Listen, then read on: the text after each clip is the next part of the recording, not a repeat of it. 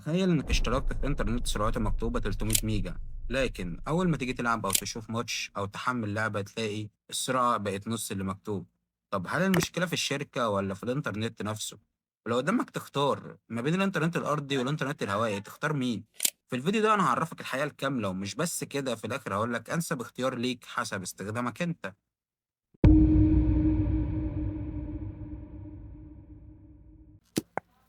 السلام عليكم يا شباب، أنا كيمو. لو أول مرة تشوفني فبتكلم هنا عن كل حاجة لها علاقة بالتكنولوجيا والإنترنت والتطبيقات بطريقة بسيطة ومن غير تعقيد.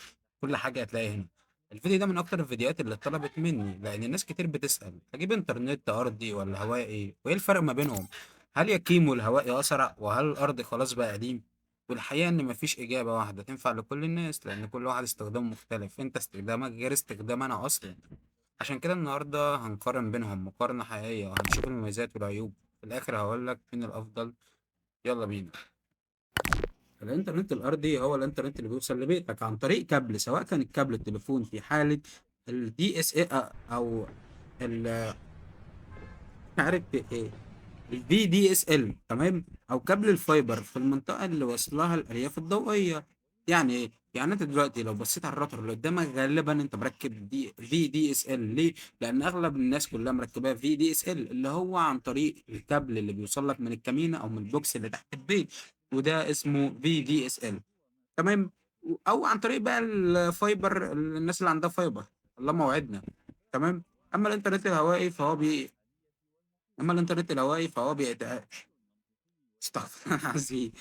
أما الإنترنت الهوائي فهو بيعتمد على شبكة المحمول، يعني بيشتغل بشريحة السي ام زي شريحة الموبايل، وبتحطها في راوتر 4G أو 5G ومن غير خط أرضي أصلا، اللي هو الرواتر الجديدة اللي سعرها عامل حوالي 5000 أو عامل 3000 جنيه يعني. لما وعدنا.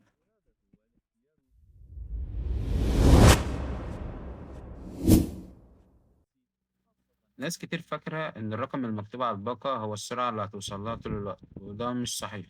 الإنترنت الأرضي غالبا بيديك سرعة ثابتة، يعني مثلا لو سرعة الباقة 100 ميجا فأغلب الوقت هتلاقي السرعة قريبة جدا من الرقم ده، حوالي 70 ميجا. أما الإنترنت الهوائي فممكن في لحظة يديك سرعة أعلى من الأرضي، لكن بعدها بدقايق السرعة تقل بسبب الضغط المستخدمين أو ضعف الإشارة. وده ليه؟ ده لأن أصلا الشبكة، أنت على الإنترنت الهوائي أنت بتتصل ببرج، والبرج ده متوزع عليك وعلى غيرك وعلى غيرك وعلى غيرك، فلما بيبقى في ضغط على الشبكه، فالجوده بتاعت الشبكه بتقل. ويعني ممكن الصبح تلاقي السرعه 150 ميجا وبالليل تنزل ل 40 او 30 ميجا. شوف لي ايه. اذا من ناحيه الثبات في السرعه في الارضي هو الفائز. ليه؟ لان ده خط دايركت ثابت، ما يتاثرش ولا بالضغط ولا باي حاجه غير وقت الذروه، وده حاجه تاني اصلا.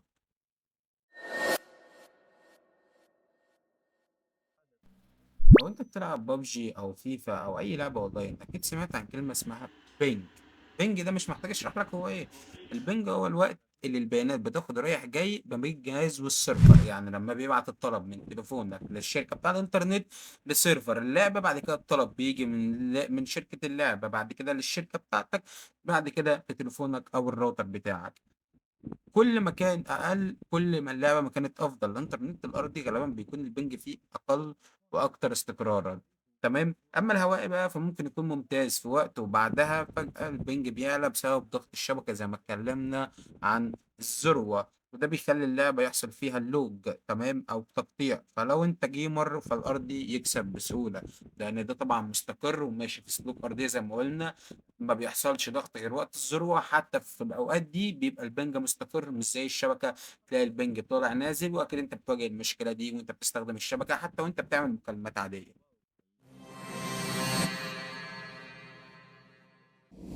هنا بقى الموضوع مختلف. الناس بتتعلم، ناس تانية بتحب تتفرج على ديزني، أفلام، مسلسلات، ناس تانية بتحب تتفرج على المطوشة.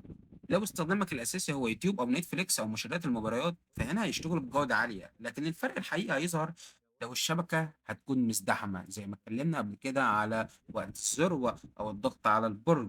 الإنترنت الأرضي بيحافظ على الجودة لفترات أطول جدا من البرج أو برج الاتصال. أما الهوائي فممكن يلاقي الجودة نزلت أو الشبكة عليها ضغط، فساعتها بتضعف وساعتها متستفدش من الجودة بشكل كويس، بس بتبقى شغالة برضو كويس عشان ما نظلمهاش. بس الوقت الضغط بتقل جدا جدا جدا. ودي بقى الفقرة اللي أنا شخصيًا مستنيها. هتقول لي ليه؟ هاقول لك لإن دي فقرة التحميلات. يعني أنا شخصيًا واجهت مشاكل معاه. كنت باحمّل GTA 5 وحمّلتها أكتر من مرّة. فلو حد من إخواتي بيسمع الفيديو ده فما تزعلوش منّي، أنا كنت باخلّص الباقة فعلًا. تمام. لو بتنزّل ألعاب حجمها كبير أو ملفات أو تحديثات، فالأرضي غالبًا هيكون أفضل، لإنه ثابت وبيقدر يكمّل التحميل من غير تقطيع. تمام. وده فيه نقطة تشكيك على حسب برضه الشركة وعلى حسب السرعة اللي أنت مشترك فيها. هو فعلًا هيفضل ثابت، مش هيتأثّر لو أنت مشترك بسرعة معيّنة. بس لو الشركة نفسها بتقرفك في عيشتك، صدّقني التحميلات هتبقى زي الزفت. يعني أنت لازمًا تكون مشترك مع شركة بتدّيك سرعات تحميل كويسة. تمام.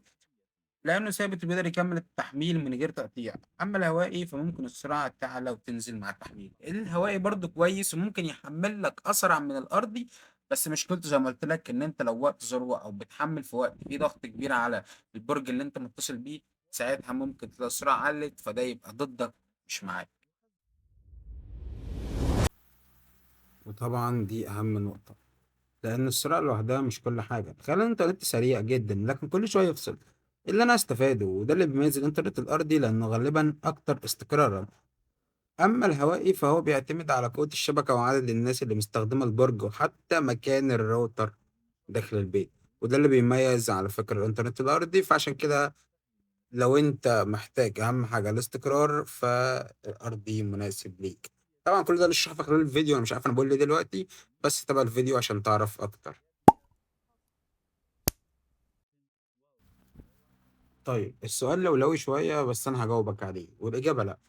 في ناس الهوائي أفضل اختيار ليها لو منطقتك ما فيهاش خط أرضي، أو محتاج تنقل الإنترنت معاك، أو مستأجر ومش حابب نركب خط، أو محتاج إنترنت بسرعة ومن غير انتظار. ساعتها الهوائي هيكون ممتاز. طيب ليه؟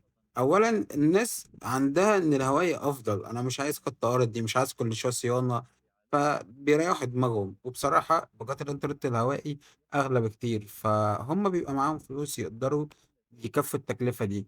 ولو منطقتك ما فيهاش خط أرضي فدي برضو مشكلة. في أغلب المناطق دلوقتي في مصر على الأقل ما فيهاش في خطوط، مش فايبر، لأ مش نحاس أصلًا، ما فيهاش خطوط نحاس. ولو محتاج تنقل الإنترنت معاك، وطبعًا دي على ما أظن إنها مش موجودة في مصر، أو ممكن تبقى موجودة بس مش عارف، سمعت إن هي محتاجة كل 3 شهور أو مش عارف كل إيه. بصراحة الحوار ده مش فعّال أوي، أو لمّا ناس جربته مش فعّال أوي. فأنا مش هاتكلم عليه. إن أنت تنقل الراوتر من مكان لمكان، طبعًا داخل منطقتك، أنا قصدي خارج منطقتك. أو لو مستأجر ومش حابب تركب خط، يعني لو أنت مأجر شقة ومش عايز تركب خط، أو محتاج إنترنت بسرعة ومن غير انتظار. لو أنت محتاج تقدم على خدمة إنترنت ومش عايز تقعد الفترة دي كلها، ساعتها الهوائي هيكون ممتاز ليك جدا. وده السؤال اللي عارف الناس كتير هتسألني عليه. لأ برضه الأرضي مش أفضل اختيار ليك. لو الخط الأرضي عندك بعيد عن السنترال أو جودة الكابلات سيئة، ممكن السرعة ما تكونش كويسة. يعني مش معنى إن الأرضي يبقى الأفضل في كل الحالات. يعني لو السنترال بعيد، الكاميرا بعيدة، وعندك خطوط نحاس من أيام جد النحاس، ساعتها الخدمة برضه ممكن تكون مش مستقرة. يعني ممكن أصلا السرعة بتاعتك تبقى 30 ميجا توصل لك 10 ميجا. ليه؟ بسبب خطوط زي الزفت. بس أنا عندي خبر كويس إن الخطوط كلها دلوقتي بتتصلح، ومشاكل دي عمرها ما هتتصلح. في حد دلوقتي بيحبنا يطلع يقول لي انا زهقت منك، عمال تتكلم من الصبح وبرضه ما عرفتش اختار ايه. انا هقول لك خلينا اسهلها لك. لو انت بتحب الالعاب اونلاين، عندك اكتر من شخص في البيت، تشتغل في البيت، بتنزل ملفات كبيره، بتحب الاستقرار، يبقى اختار الانترنت الارضي من غير مناقشه. اما لو بتتنقل كتير، ما عندكش خط ارضي، استخداماتك متوسطه، محتاج انترنت يشتغل بسرعه، يبقى اختار الانترنت الهوائي. بعد المقارنة دي كلها أقدر أقول لك إن الإنترنت الأرضي هو الأفضل لمعظم الناس، لأنه أكتر ثباتا وأقل في البنج وأفضل في الألعاب والاستخدام المنزلي. لكن ده لا يعني أن الإنترنت الهوائي سيء، بالعكس هو حل ممتاز في حالات معينة وناس كتير بيعتمد عليه بشكل يومي.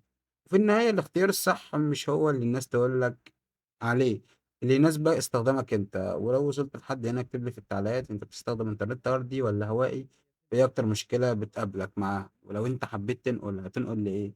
ولو الفيديو عجبك متنساش تدعمنا باللايك وتشترك في القناة، لأن عندنا فيديوهات كتير جاية عن الإنترنت والرواتر وتسريع الشبكات وحل مشكلة الإنترنت البطيء عمليا. وأشوفكم في فيديو جديد، ومع السلامة.